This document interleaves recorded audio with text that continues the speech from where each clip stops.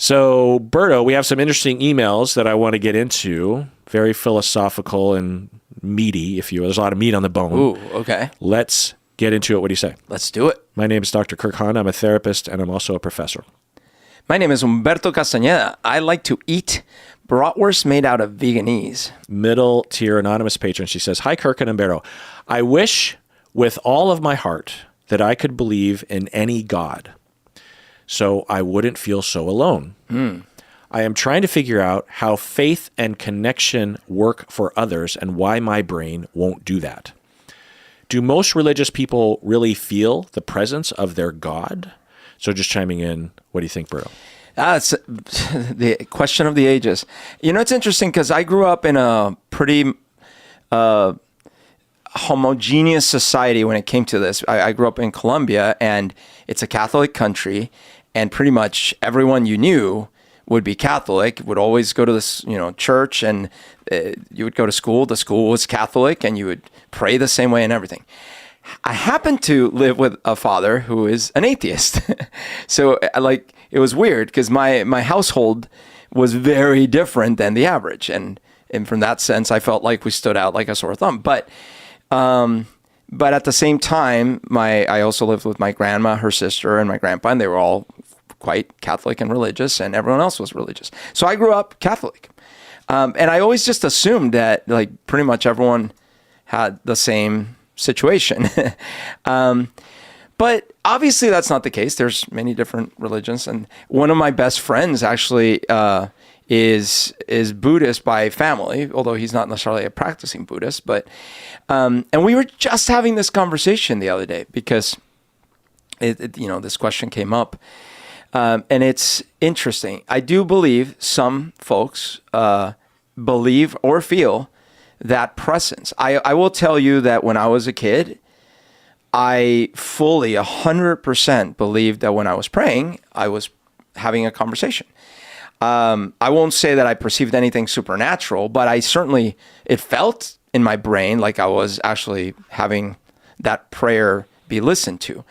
So it's maybe it's a psychological effect, maybe it's a real thing, who knows? But I did feel it, right? I know that in high school I had friends that were very, very devout, reborn Christians, and they would have told you that they absolutely heard the voice of God. They heard all these things. So I think different people experience different things. But I don't think this is even relegated to just religion. You could talk to someone that went to a life-changing concert or that went to a war or went to things, and people will experience things that are not necessarily exactly all real by physics standards, but that they fully feel, and I think that with religion, it's like that. Religion can evoke very, very strong emotions. For me, I have strong emotions around the idea of what we should do with our time in this universe, but I certainly can't say that I don't experience a presence or in that sense. So I guess there's two parts to the question. One of them is, do people actually feel that? Because this person sounds like they're saying they don't. And I think some people do, whether it's real or not, they do feel it, is my perception. And then the other part of it is, it sounds like they want to believe in something. And I will say, well, I believe in things. I believe specifically that we should tend towards creation and preservation in all our actions. Yeah. And recently when you were talking about this, I asked for clarification as to whether or not this is a transcendent belief of yours. It's not just an intellectual thing. It's religion-esque, if you will. Yeah, it is, definitely. It's based on faith alone. Faith, right. Yeah. That was the word. And you said yes. So that was surprising to me because I didn't know that's how it felt to you. And what I think you're saying to middle tier anonymous patron is there are other paths other than God. If God doesn't resonate or appeal to you, you can adopt a number of different transcendent understandings or beliefs or faiths that don't have anything to do with particularly organized religion, Yeah, absolutely. That's at least my experience. And and this coming from someone that was very well, I mean, pretty darn religious, I'd say. And then went through several iterations of change. And I landed first in a pretty like, okay, I guess there's nothing. I'm pretty just an atheist, I guess. And then kept thinking about it and decided, well, I still feel like, because I believe that there's no actual explanation to anything ultimately, if I just land there, then I guess I'll just sit in a corner and wither away and do nothing.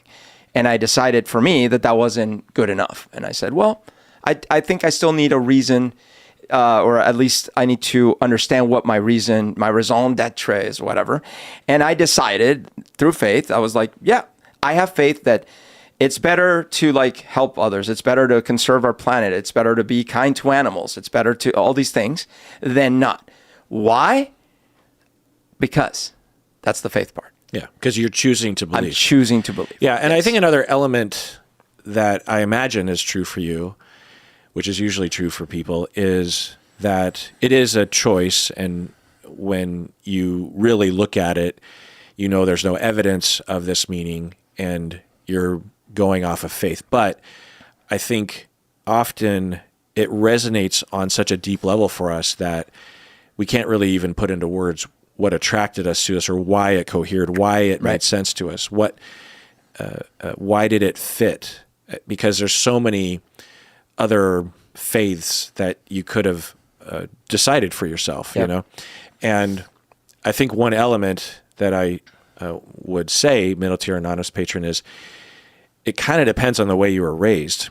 Yeah. For people that are raised with God as a real thing and as something that everyone recognizes or believes in, then it gets, sort of pounded into your bones. And then, for you, Berto, you had that. And so once you became an atheist, there's still that remnant in your bones.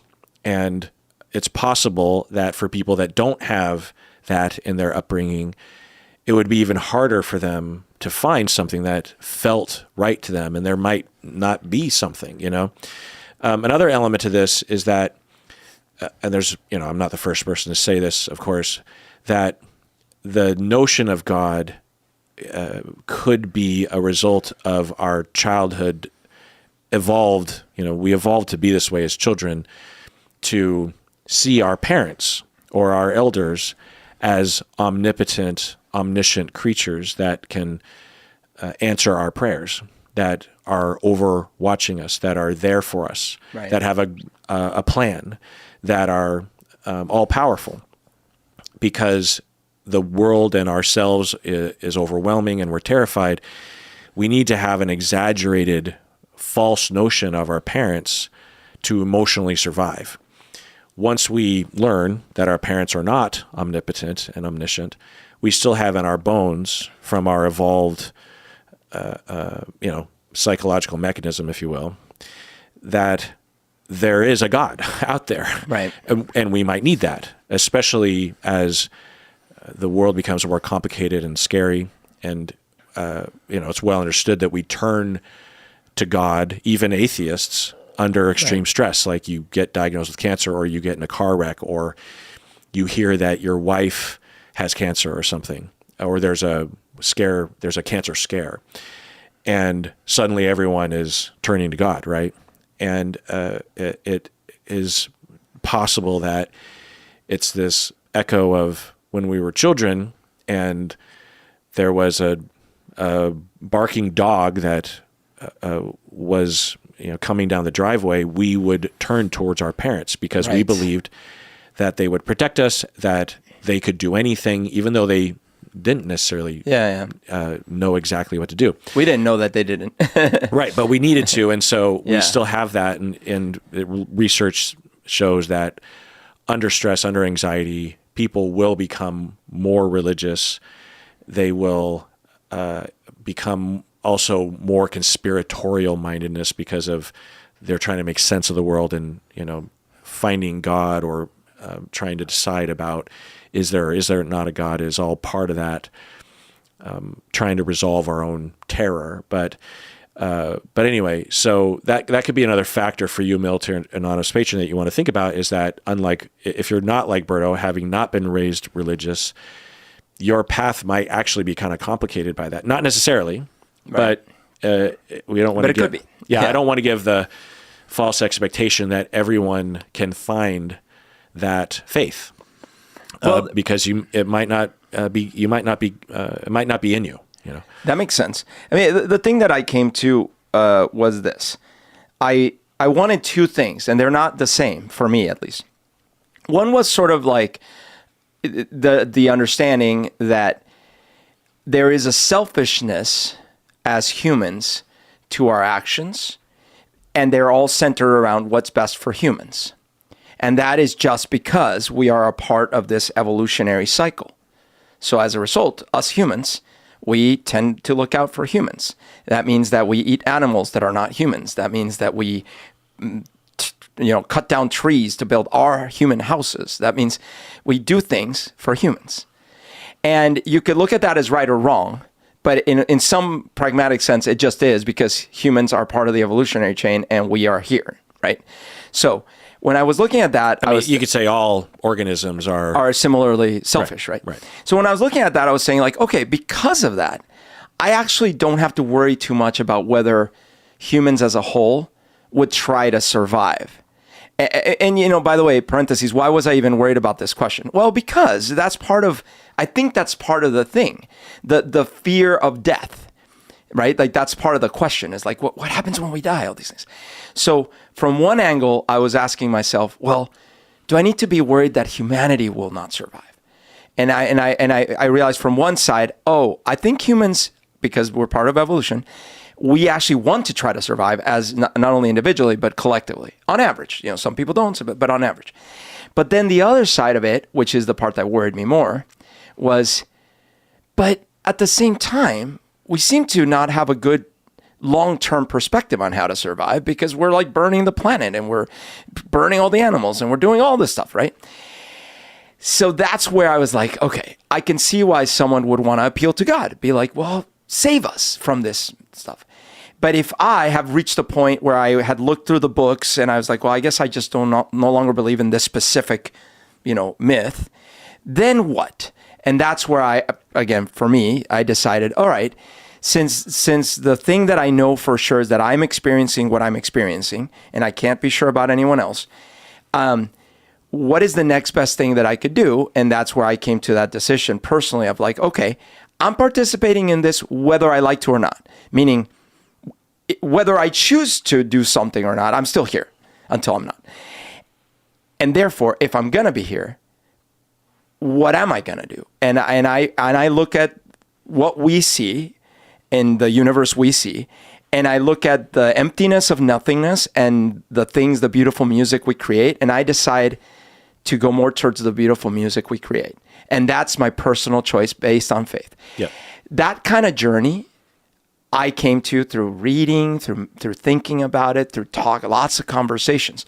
So maybe something that similar could happen, not necessarily end up at the same place as me, but through like thinking, reading, and talking about it, maybe the person can reach the same or similar place. Mm-hmm. Yeah. And they could become a cult member of yours. Yes. Join epicwuji.com. The rest of this email actually brings up an interesting angle to this.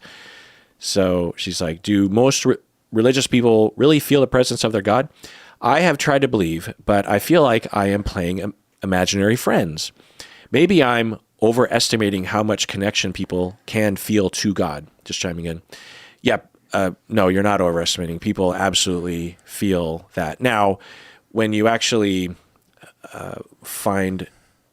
when you actually drill down on people that think about this a lot, and this is something I remember hearing in church when they would give sermons on this, is that it's normal to question it.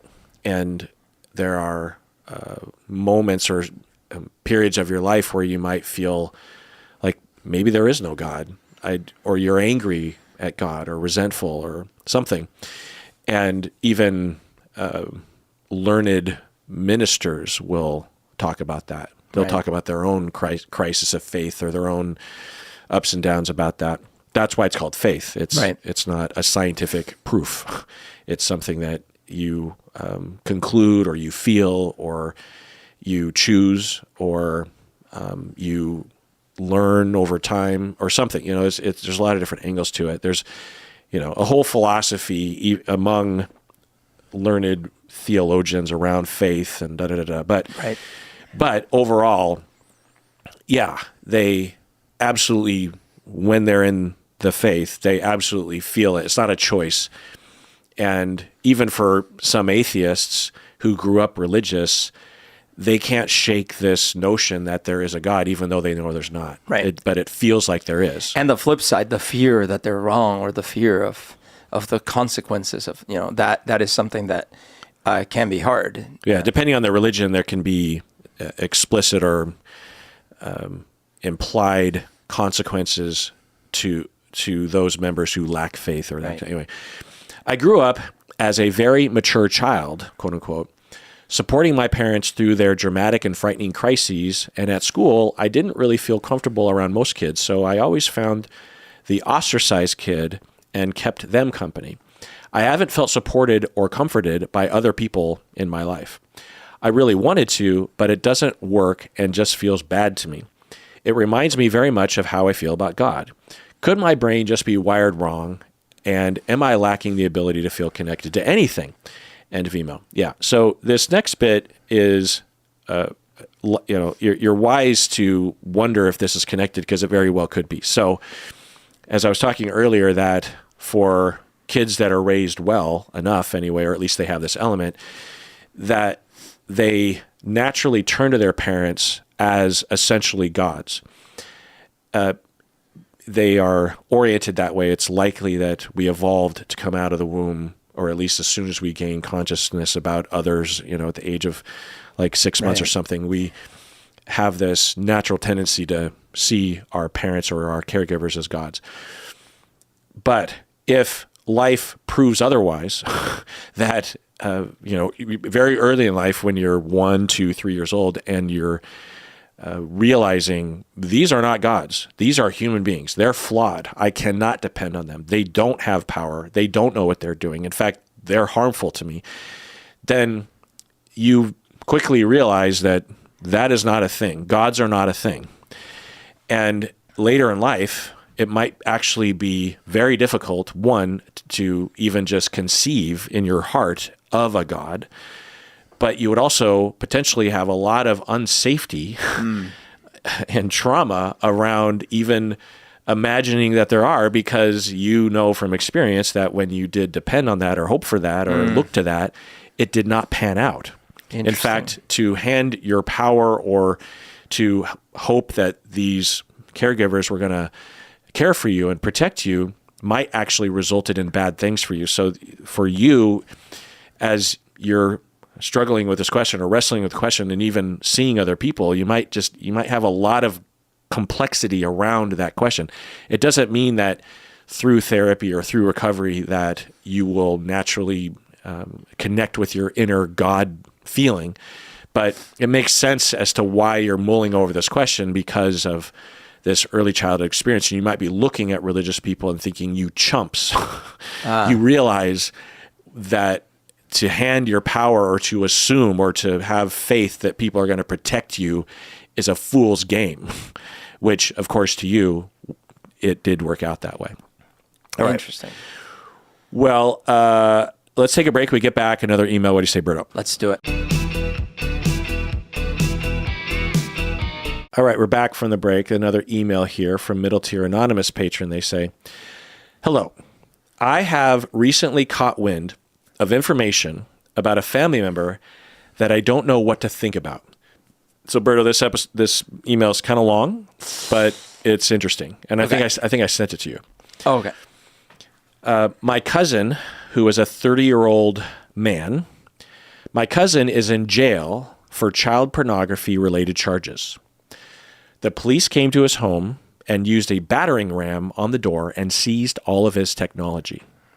So cousin, 30-year-old guy gets arrested. Apparently, he was making hentai depicting characters who appeared to be below the age of 18 in sexual situations and posting this material online. In Canada, this is considered child abuse material. Chiming in here, Berto, what do you think that is referring to. Hentai depicting characters who are appearing to be below the age of 18 in sexual situations. Paint us a picture. Yeah, so there is basically it's a style of anime where the characters they definitely appear to be underage, and there's usually a lot of abusive sexual stuff happening to them. And meaning that, I don't know if this is what you're referring to, but the bits that I've seen are the character is coded to be a child and it's never explicit. It's never explicit. So you could deniably say, well, no, they're 18. And some of these characters have developed post-puberty, right? But they're coded as still young. But some of them are not. Some of them don't look like they are post-puberty. And so there's that detail. And then also, because this is Japanese art and they have a lot of fucked up elements about sexuality in that country, take it from me as a Japanese person, that, there's a sexualization of minors and girls, and they have a similar, they're kind of stuck in a period that we used to be stuck in, but in a different way, in that in the American culture, there was this notion that women couldn't want sex because if they did, they would be sluts. Right. So in order for a woman to participate in some kind of sex scene or some kind of storyline, it must be unwillingly. Right. It's the bodice ripper stuff. Right. And it was so prevalent that even women themselves would hope that a man would invade them. Right. I mean, not all the time, of course, but they would hope that in order for them to get their needs met sexually, they would hope that a guy would sort of not necessarily rape them, but would pursue them so intensely that they would eventually give in, Right, because they're supposed to not. They're supposed to say no, because you have to be pure virgins. Right, so how do you get your sexual needs met while still preserving your womanhood or your virtue? Well, in Japan, it's a similar foundation, but the way they manifest it is that there's, to this day, pretty much across the board, from my understanding, that when a woman is being depicted having sex, she has to be unwilling. Yeah. And she is often very young and innocent, and it's being forced on her. So I first came across this when I was probably 20, maybe 19 or 20. I was in college, UW, and I went to Scarecrow Video, with my friend Ron. Yeah, so Scarecrow Video, for people outside Seattle, is still in operation. Right. I think it might be literally the only video store in operation in Seattle. And it's always, back in the day, it was just one of the many different video stores that you could get VHS tapes from, but it was run by movie aficionados. It wasn't your Blockbuster or that sort of thing. It was... they held a lot of individual movies, like in a Blockbuster, they'll have 50 different videotapes of the current Blockbuster. Right. But at Scarecrow, they might hold one or two of the current movies, but they almost consider themselves to be kind of like a Library of Congress, where you could find at least one VHS tape of almost every movie that's ever been made. And internationally too, and everything. Yeah. And now I think it's a nonprofit and it's still in operation, and you can go there. Makes me want to go. You can go there and just look around. It's just fascinating. Yeah. Well, so me and my friend Ron, rest in peace, we went there and we went to the kind of over 18 section. I mean, we were over 18. And they had this section of Japanese cartoons, anime. And then there were a couple. One of them was called The Legend of the Overfiend, and the other one was, I think, La Blue Girl or something like this.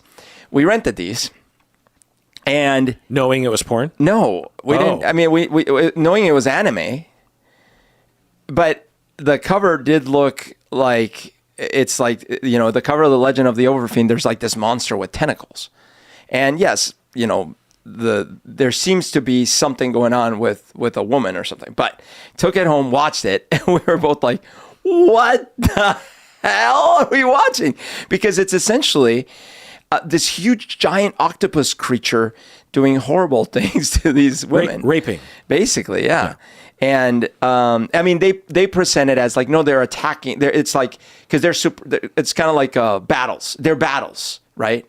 But in reality, it's like sexual attacks, rapes. Yeah. And we're like, this is a movie, like this is a thing. And it was a whole genre. So that was my first and last encounter with this. Yeah, with this genre. Japanese porn, in mainstream American porn, you're going to find a lot of different types, right. And some of it will be meeting people's fantasies. We did a whole episode about rape fantasy and how prevalent it is. How, to me, it was surprising just how prevalent it was. For the research we were looking at was the percentage of women that actually occasionally or regularly fantasize about being either full-on raped or coerced into sex. And it was something like 50% of women reported that at some point they have or occasionally, and then a smaller percentage did it regularly, that kind of thing. And that was surprising to me because it doesn't really seem like something that would turn people on, but it does, and kinks are kinks. And of course, these people don't actually want to be raped is the thing. It's a fantasy, and it has to do with that bodice ripping kind of energy, you know what I mean? So, and we've talked about this before. Like, if we recall back to all the James Bond movies, all the movies in the 50s, all the things, there was always this, like, no. And then finally I give in to which has its massive problems, exactly. Not only because it, as we were saying, it shames women for wanting sex, but it absolutely promotes rape culture and justifying of like, well, she's saying no, but because the guy's always forcibly kissing them. Yeah. And touching. You're like, he did it. Yeah. He forcibly did it. Yeah. It's pretty shocking to watch these James Bond movies, these older ones. Anyway, so with the variety of American porn, you're going to find a lot of categories. But when it comes to Japanese porn, both actual actors and anime porn, hentai, from my understanding from people and research and stuff and accounts, is that like 90% of it is rape stuff, is coercive stuff, is at least coded as non-consensual, and of course, it has to do with culture, it has to do with history, and it has to do with lack of progressive politics. Now things are changing, and Japan is a diverse, modern country with a lot of different movements and understandings. But every culture has its problems, and I've said this before on the podcast that when I was in Japan, this is like late aughts, and I was with a friend who spoke Japanese, and he said, "Oh, there's a store up there, and I don't know what it means, but it says imoya, which is like potato store, and it has a picture of this girl in a like a school uniform, and we're like, huh, and people in Japan actually wear school uniforms, so it's not like necessarily something salacious or sexual, so." So we're like, huh, well, let's see what that store's about. We go in, and it takes me a good few minutes just to absorb what I'm seeing and, overcome the shock that I'm in. But it's this tiny little store. And Japan has a lot of tiny little stores. And it's like on the 4th floor of this very thin high-rise building in Tokyo. And so you have to take the stairs or the elevator, and we're up there, and it's a very boutique-y, very small store, and it's a square, and there are 4 corners with product, books and VHS tapes and other kinds of tchotchkes and stuff. And I'm looking around, and there's nothing overtly pornographic about anything there, but it's a lot of kids and a lot of girls. Oh boy! But each corner has, I figured out eventually, a different age group. Oh, no. So one corner you have your 12-year-old-ish. Another corner you have your 7-year-old. Another corner you have like your 3-year-old. And there's a TV with a VHS that's playing one of the videos you can buy.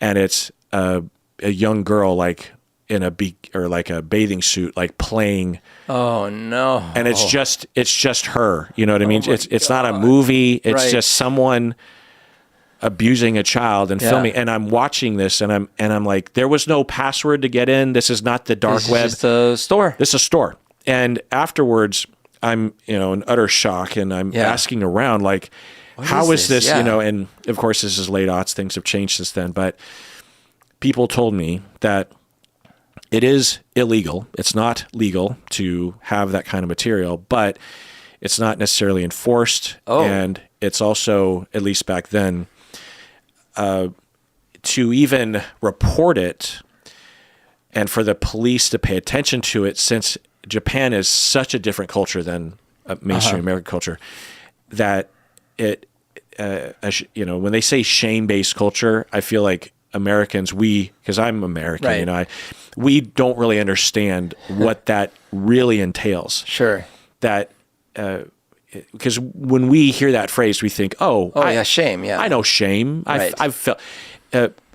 We have no idea like how shame is infused and how it affects the way people act in public and that kind of thing. Because like there's pros and cons. One of the things is like when you're on the train, people don't listen to Bluetooth speakers. They don't bother other people. There's a sense of respect and politeness in society. Because it'd be shameful to do that. Right. So when Americans like myself go to Japan, we marvel at how nice that is. That people are respectful of others in public, that kind of thing. The downside is that when someone walks by the imoya and sees child porn, child sex abuse material, they say, "Oh, that's bad." But for me to look at it or to alert it or to raise my hand, it's shameful. there's some kind of shame involved. Oh, and no. so I'm going to deny it. It doesn't exist. And I just continue walking down the road. Interesting. I don't know if I'm describing that right. Yeah, But anyway, so when... Well, no, but so there's a similar thing when I was growing up in Colombia, similar only in this sense.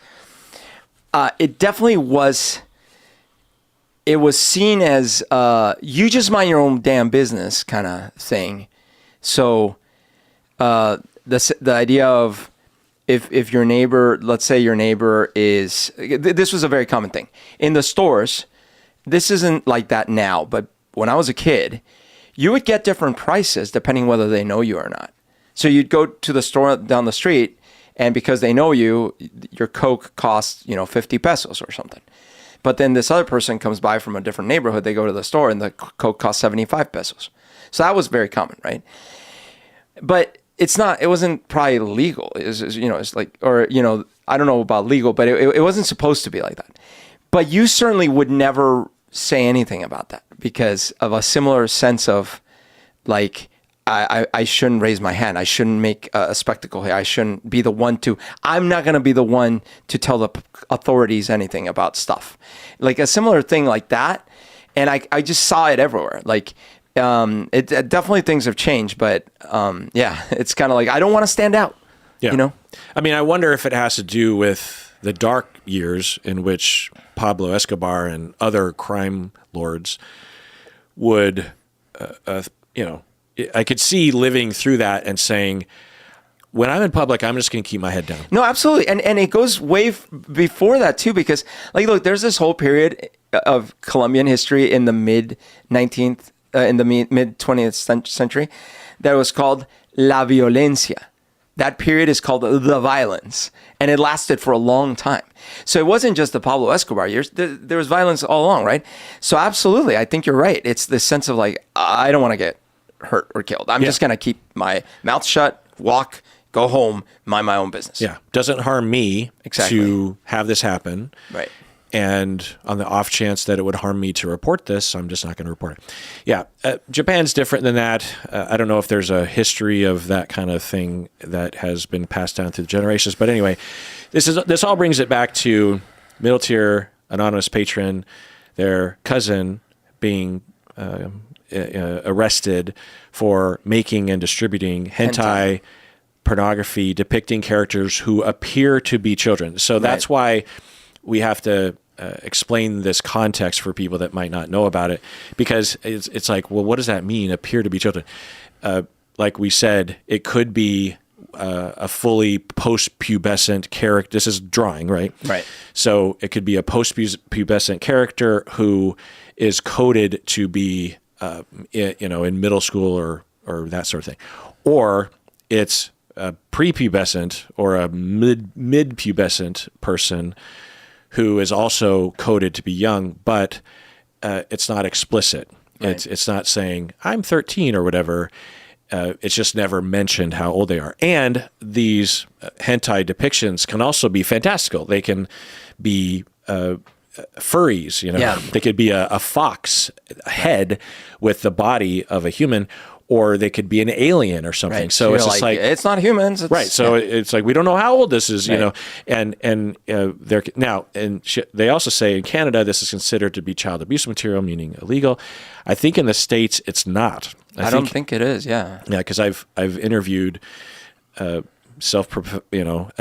pedophiles, and we've gone into those details, and I don't quote me on that, but I think that's true. If it's a drawing, it's not exploiting an actual human, so it's not arrestable. It's certainly not smiled upon by society, but anyway. But I will say that mistakes can be made. I doubt that the authorities made a mistake in this instance, but there could be someone, and I think there are cases like this, where someone downloads a photo from the internet on their computer, and to others viewing it, it's coded as child drawing porn, It's hentai, it's coded as a child. But to the viewer that downloaded it, they did not see it that way, and that's not what appealed to them about it. It was just other elements about it that they liked or something, right. You know what I mean? And then they get arrested, and they're like, I didn't know. And then from the outside, when you hear the news report, you're like, oh, sure, dude, whatever. Right. But when you actually look at because you could only have one of those downloads. Right. You know what I mean? Or I think I heard a story about someone having a depiction of like Bart Simpson and Marge having sex or something, and got arrested or was implicated as having not only child pornography, child sexual abuse material, but also like incest. In Canada? I don't know. Okay, but it was like some kind of Jeez. depiction like that where at the very least they were being accused of something. Right.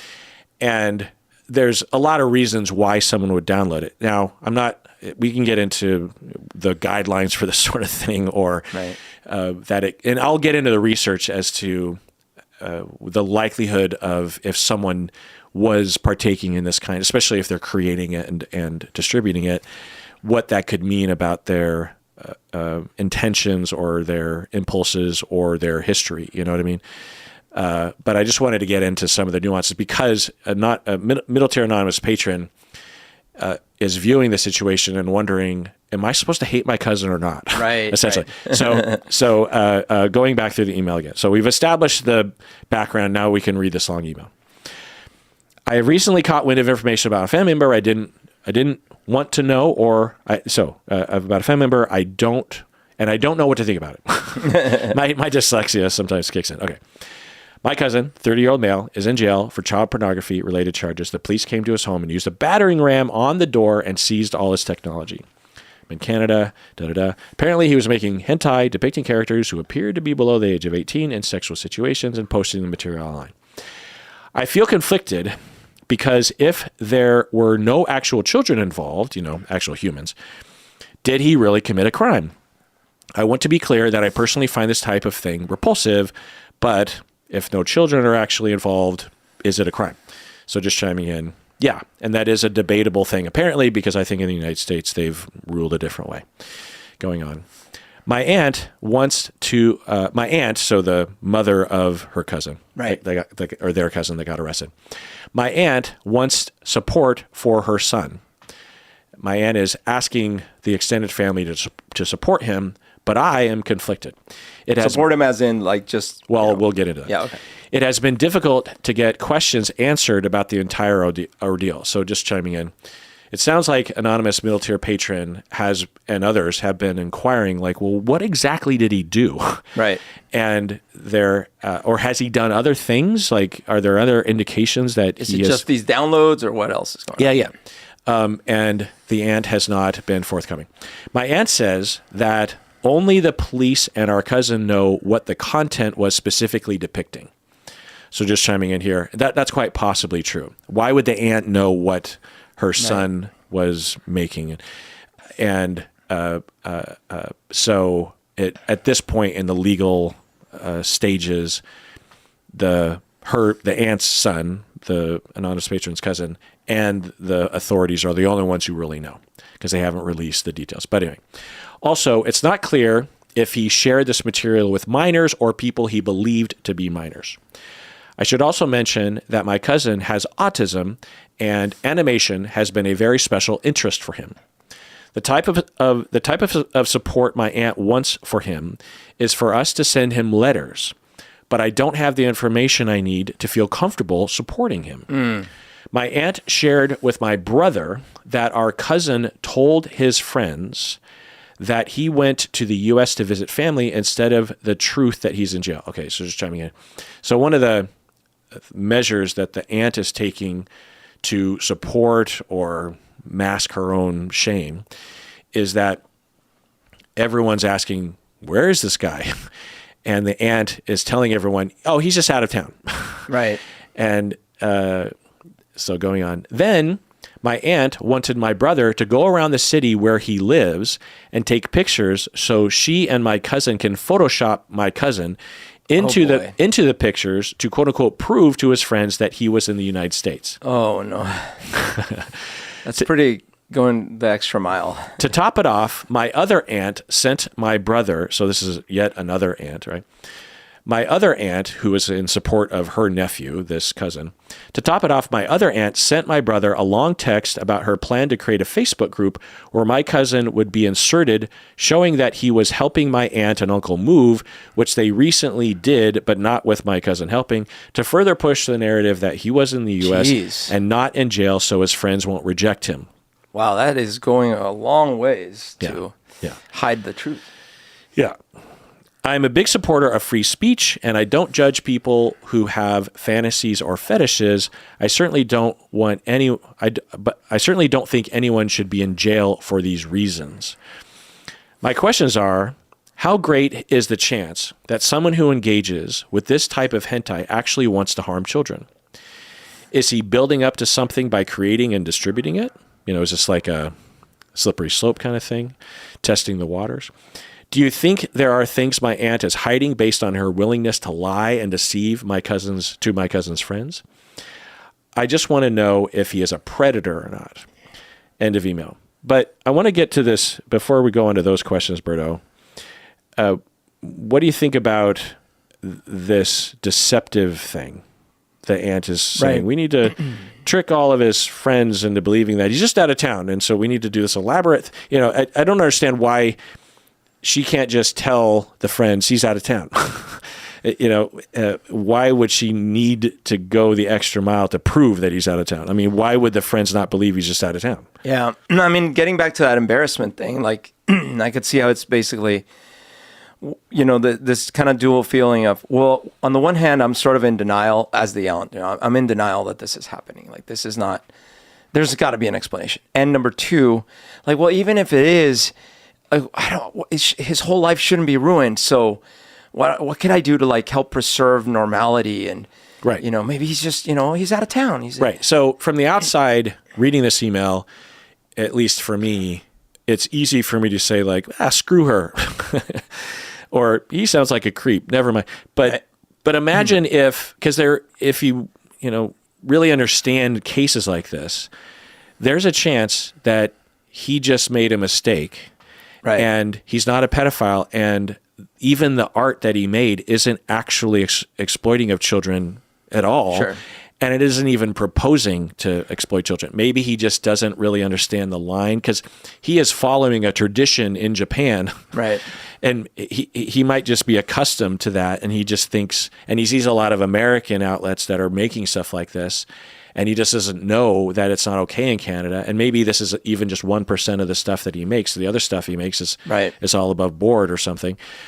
And then he's not only possibly going to prison for a long time, but even if he doesn't go to prison, he's going to lose he's going to be ostracized. And maybe the guy had some mental health issues or depression issues or ostracization issues, which, you know, some people with autism will have. And the aunt is absolutely on the right side of history here by trying to do something, whether it's, you know, absolute just lie to everyone. That's one thing. But, you know, there's a potential just so for anonymous middle-tier patron, they're like, so there's one side of this that I cannot understand, but there's so many unanswered questions. Right. I don't want to just willy-nilly support this guy, but what if I don't support him and he deserves support? Like I'm writing in because I want to know, at least from our angle, what one would consider. Yeah, and I also would have questions because, like, first of all, it sounded quite dramatic. They came in with battering rams, right? So how did this information come about? You would think if it was just like someone was like, oh, I saw someone post a weird thing on the board the other day, I should call my local authorities. I don't know if they would send a SWAT team with rams and stuff, but who knows, right? They might. So I don't know. I don't know but right. That was my yeah. thought as well, is that there's a pretty good chance that they have a pretty solid case. Yeah, that this could be an operation where it's an ongoing thing. He's got clients that are also... that could be the other thing, too, that they're trying to get him to flip on buyers of this stuff that might actually be, you know... Or they've already flipped other people, and he's... Because he's the one making it. Yeah, so that is true. Yeah. But, yeah, even if I was... even if I had enough reason to believe that I should be or I wanted to be in support of my cousin in a situation like this, flat out lying is just no. I mean, if there's enough data, I hadn't really thought about this till just now. If there's enough data for me as a cousin to support my cousin, and my aunt is asking me to lie, what I would say is we have enough data to tell his friends that everything is okay. Right. So. The truth liberated me and will liberate the friends. And if they're true friends, then they'll understand, you know? But if there isn't information, and then as a cousin, I would tell my aunt, look, you don't even know the full extent here. Sure. And, you know, if he deserves support, I just don't know yet. Also, because there's a chance that he doesn't deserve support. But if he does deserve support, I want to support him, but I don't know what to do because I don't have the information, and neither do you, Auntie. By the way, also, it's quite possible that the lying about where he is and all that stuff would have the opposite effect. When and if likely it will come out that it was not real, right? Because, like, imagine you hear first, like, oh, where's Johnny? Johnny is in another country. Oh, okay. Where's Johnny? He's still in another country. Oh. Then all of a sudden... He's not answering his text. Yeah. Then someone's like, no, actually, okay, Johnny's in jail. Oh, and you were also lying about it this whole time? Yeah. This seems even worse now. Right. So that raises another point, that there's a possibility that we're seeing a pattern here, a symptom of a larger problem with the aunt that might have even contributed to the family toxicity that led to the son, the cousin, being attracted to this, you know, the lack of empathy, the psychopathy involved here. You know, who knows? These are just tiny little indications of something, but that would be something I would be thinking of. But the question that you have mainly is he a predator? So the research shows that most, so there's a lot of research, and it's hard to lock this down because you're trying to associate, you know, correlate indicators with behavior, and it's hard to do that. Plus, it requires knowing what people are thinking in their minds and what they're doing behind closed doors and what they have done, and these are very, you know, shameful criminal acts that people aren't likely to admit to, and so it's really hard to lock this down. But most of the research, the consensus is that child pornography, child sexual abuse material generally the research involves actual children being depicted, not hentai. I see. I don't know if that's because most of the research is in the United States, but Right. it is typically we're more looking at that. But of the research involving hentai or drawings and depictions, there does seem to be a correlation there that if people are participating or consuming that, enjoying it or fantasizing or participating in the making or in the consumption of it, if you will, there is a greater risk that they actually are attracted to children and have actually harmed or want to harm or at risk of harming actual children. But it's not a strong signal, even with actual children being depicted in child sexual abuse Right. material. It's not a sure thing that that person wants to or has or is at risk of actually harming Sure. children. It's certainly a massive red flag that if you come across a cousin that has that kind of stuff, it's a massive, but it's not automatic. And Right. like I was saying earlier, some people just didn't really understand, or it turns, in a similar way that people have rape fantasies, they might consume videos or pictures depicting rape or non-consensual sex, even as a woman, right? But they absolutely would never want anyone to be harmed, Right. Conversely, there are people of all the genders that will will fantasize from the other side. They will fantasize about raping. They will fantasize about coercing. And for the vast majority of people that have that, they will at least report, and there's strong evidence to support this, that they would never actually want to do that. It doesn't actually turn them on. Now, there are sexual sadists that actually do consume that kind of material and want to do it. And they have those fantasies. Have done it. Yeah. Yeah. But for the normies who have those fantasies, it's not, there's a sharp delineation between the fantasy and the action. And so the same can be true about someone who makes this kind of hentai. We just don't know. But the fact that they busted in the door, took all the stuff. Now, the busted in the door thing is probably just routine because they need to get to the technology before they erase everything, right? You can't knock on the door. So Right. the fact that they busted down the door might just be a matter That's how we have to do it. of routine, Right. even in situations where they're not quite sure. So there's just a lot of questions. Right. But I will say that, so here's the other thing. What Anonymous Patron has been told is that, how did they put it? They said, hentai depicting characters who appeared to be below the age of 18. So what does that mean? Right. We just They're have 17. there's a lot of leeway there. Right. You could have a 3-year-old who's obviously a 3-year-old being raped in a hentai situation, or you could have a post-pubescent character who is in what looks to be a high school uniform. Right. That's coded as a 17-year-old or a 16-year-old or something. So, what are we talking about here? But if it's obviously child sexual abuse, again, that's a massive red flag that he has that intention. Now, intention is one thing. Actually acting on it is a whole other thing. Right. I've had long interviews with self-professed pedophiles who are non-offending. Right. And they know and have told us that they absolutely have one type of object that they are attracted to, and that is minors, sometimes quite young, 5-year-olds or something, And they hate that about themselves, and they're not attracted to adults or even older teens or, even older children. They're only attracted to that particular age.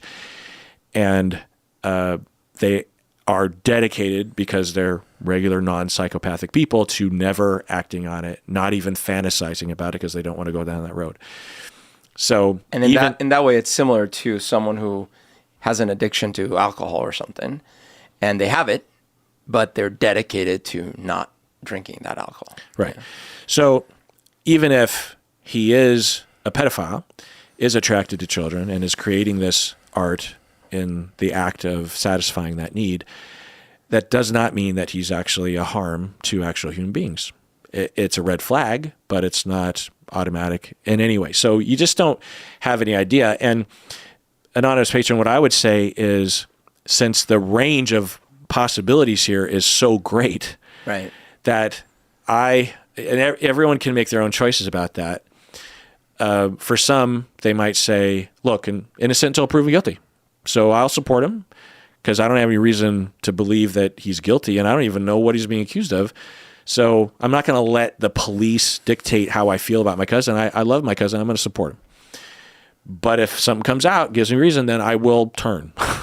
But until that happens, I'm not going to just go off of assumptions or the authorities' implication of my cousin. You know what I mean? Right. So you could say that. You could also say, there's enough there for me to be at least suspicious, and so I'm going to wait and see. You could also go as far as to say, like, I don't even care. If he's doing that kind of stuff, that sort of thing is deplorable. And even if he hasn't actually harmed me, he doesn't want to, like, why is he dabbling in that kind of shit? That's bullshit. He's a creep. I don't like, what would you do, Berto? So, certainly my mind has changed a lot on these kinds of things over the years. I think what I would do nowadays is I would still write a letter, even if there was the possibility that this person is a true monster. I might still write a letter, just keeping all the specifics out and just be more about. I guess I would do it in the way that I would do it if they were sick in the hospital. Just like, hey, we're thinking of you. We hope that that you can get through this kind of thing. And the reason I would do it like this, because someone, we've talked, how we talked about even parents of like Jeffrey Dahmer and all the worst of the worst, right? On the one hand, if it really is like that, there's something wrong in their head and this is what they're doing, well, that sucks and it's horrible and they definitely should not be allowed to do it or whatever. But it's also what happened to their brain. So I no longer think of it in terms of like, well, then they need to burn. It's more like, well, that sucks for everyone involved and it's tragic. But they're still my relative or my friend or whatever. And so I'm still going to express, my sadness and my, maybe not support, but just let them know that I still know that they're my relative or friend and that I'm here in that sense. Obviously the worst, if I know the details and they're really bad, it's going to be really hard for me to want to, right? And maybe there is a level at which I won't, right? If it's like, yeah, they go in and kill the whole bunch of, it's like, okay, maybe I won't write that letter. But I think if you had asked me this like 10 years ago, I'd be like, no, never, like whatever. That sucks that they did that, but I'm done with them.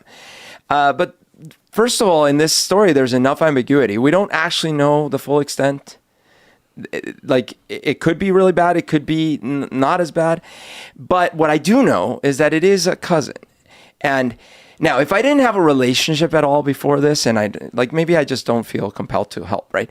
But when I picture someone that I know, like someone that is a relative or a friend of mine that is really someone that I've interacted with, I would feel like I would write a letter. I would call. I would do something.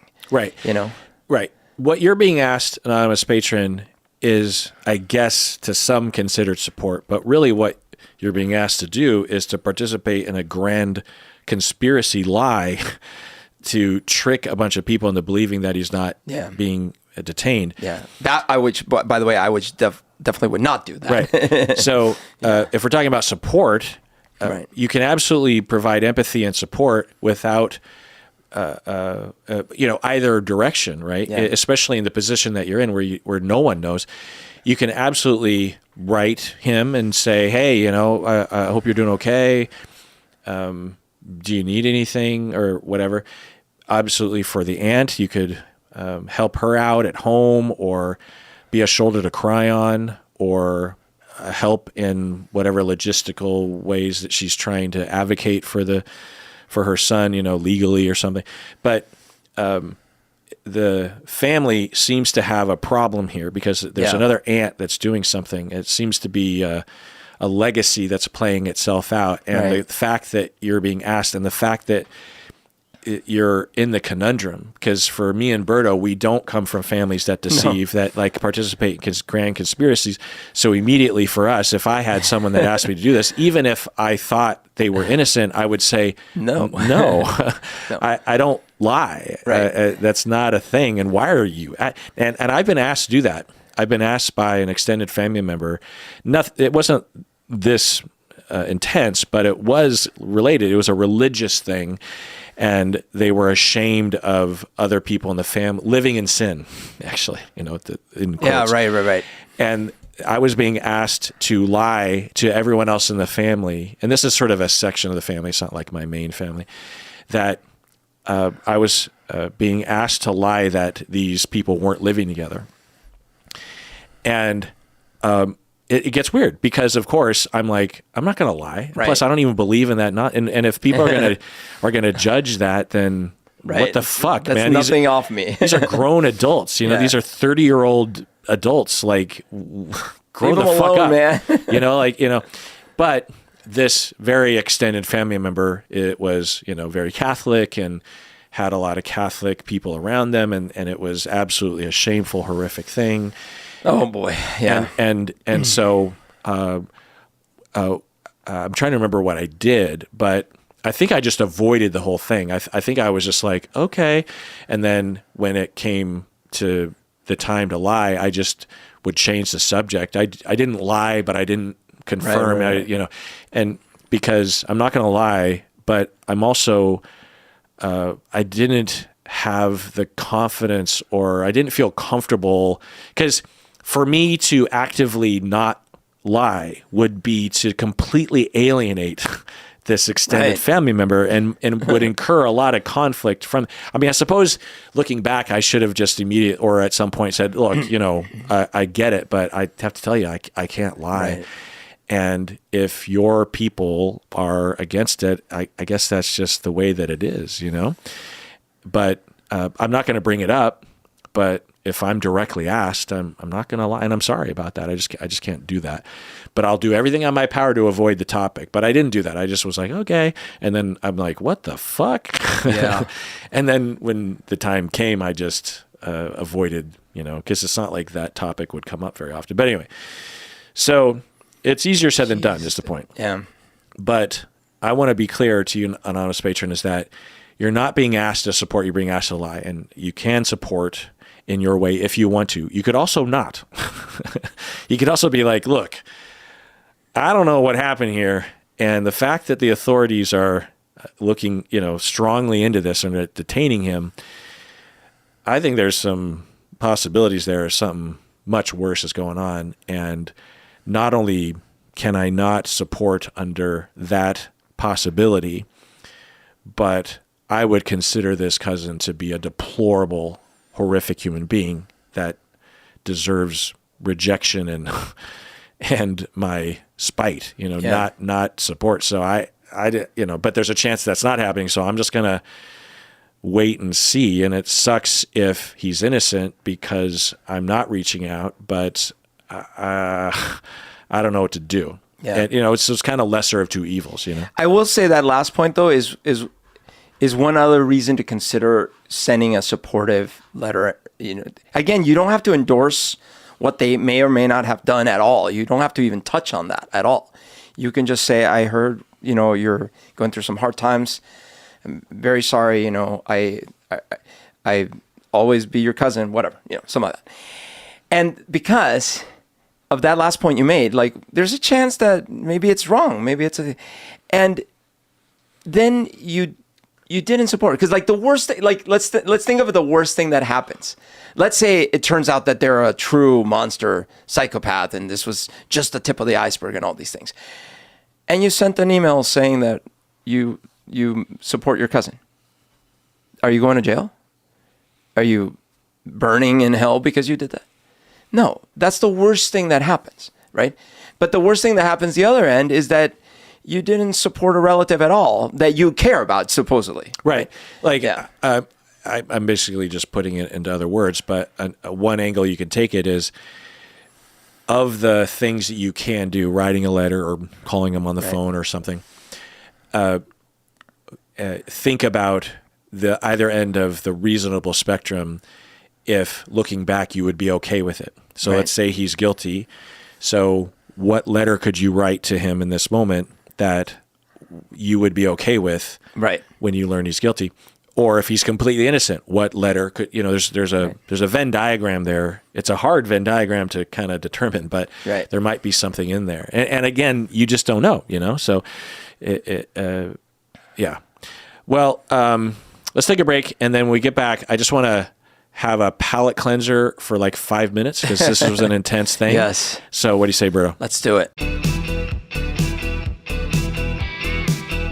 All right, back from the break. Let's do another OPP, Berto. OPP.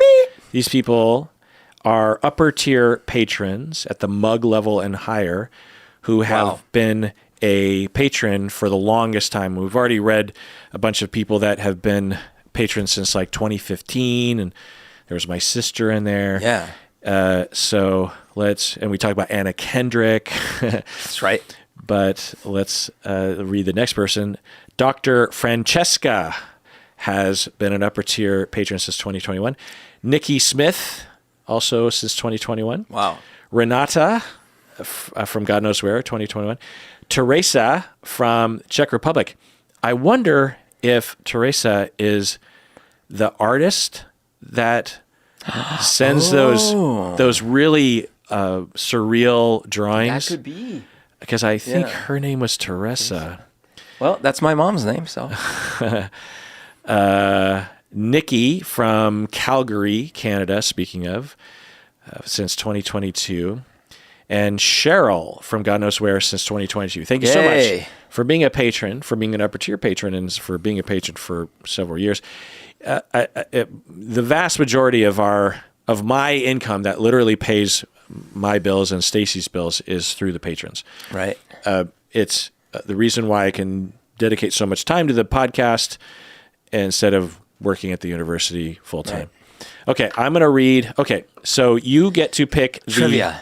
So I have our movie trivia game that we play, Yeah. and after our brats, maybe we'll play a game. Yummy. And after the 17th anniversary, that The brats that you ate, the was ones in- that you're going to was in- regurgitate. was in the past. But anyway, there are 5 categories. There are thriller movies, comedy movies, drama movies, action adventure movies, and chick flicks, as they say. Which category do you want? It's just a thriller. So comedy? Okay. So this trivia game has 6 different tier levels or difficulty levels. Okay. And you get 6 different hints. And depending on... So I want to get it without hints, ideally, or with the fewest hints. Right. So if you get onto the first hint, you get 6 points. Ooh. And then progresses downwards. Right. Okay. So this is a quote. Yeah, I guess you would know this game. I recently rewatched this like a year ago or something. Okay. Quote, I don't care about the money. I'm pulling back the curtain. I want to meet the wizard. Oh, well, I mean, I don't care about the money. I'm pulling back the curtain. I want to meet the wizard. What would be the money? Oh, man. Sounds familiar. Next clue, 1997 film directed by David Fincher. Oh, okay. Well, 97. That's, what's it called? 7. No? Okay. 97. Oh, no. So, okay. This might be a Fincher movie that you don't know of, actually, because it's not one that typically people talk about. 97. But I recently rewatched this like a year ago. No, because Fight Club was 99. All right, next clue. Okay. Another quote. They fuck you and fuck you and fuck you, and just when you think it's over, that's when the real fucking... No, I've seen this. Of course I've seen this. I've seen this. David Fincher. Okay, next clue. The film stars Michael Douglas and Sean Penn. Oh. Sean Penn. Yeah, I don't remember Sean Penn, but Michael Douglas is the... Sean Penn. I don't think about Sean Penn. Think about Michael Douglas. Michael Douglas. He's the star. He's the main member of Thrillers, so he's the main guy. Okay. There's a possibility you literally don't know this movie. Because if you haven't gotten it from Michael Douglas. 97. Yeah. Okay. Next quote. Discovering the object of the game is the object of the game. Wait, the game. Yeah. Wait, I did see this movie. Okay. Oh, wait a minute. You gave it out. You gave it up. You gave it away at the very beginning. You said, I don't know if you've seen this game. I did not say that. You say that. Watch roll the tape. Really? You literally said that. Like you a said, Freudian slip. Yeah, but I assumed you didn't mean the game, the movie. I just thought that you meant the movie. That's funny. But then here's the thing. I love that movie. But I forgot that Sean Penn was in that movie. Yeah. He's the brother. He's the brother. He's the one that sets him up. Oh, right. Yeah. He's the guy who sets him up. Yeah. Right. Oh my gosh, I love that movie. I didn't loved remember it. that was Fincher, and I didn't remember. Yeah. Well, that was before Fincher was Fincher, you know? Yeah, yeah. But I remember liking that movie when it came out. It reminded me of another Michael Douglas movie that I loved in the 80s called The Star Chamber. I did not see It's kind of a similar movie. But yeah, I was... It's so funny. Like, if I had just guessed the game right off the bat because you said the game, Yeah. even just as a joke, I would have gotten it. Yeah. What did I give it on IMDb? I gave it a 5. I probably really liked it when it came out, but rewatching it a year ago, I'm like, yeah. You know. I'll have to rewatch it, but I really liked it. It's sort of, if I remember right, I demoted it to, which 5 means, watchable. Yeah. Like late night streaming or something. But I think I might have demoted it because it required such an astounding level of actors and conspiracy that I thought that's a little silly. Yeah, but I love it. Yeah. And I think it has like 3 different endings. They're very rich, so like he's got a lot of money. What do you get to the person that's got it all, right? Yeah, right. Yeah. But an interesting premise, and I think that the first half is definitely compelling. You're just like, whoa. Yeah. All right. Well, that was a good palate cleanser. Everyone out there, please take care of yourself because You deserve it.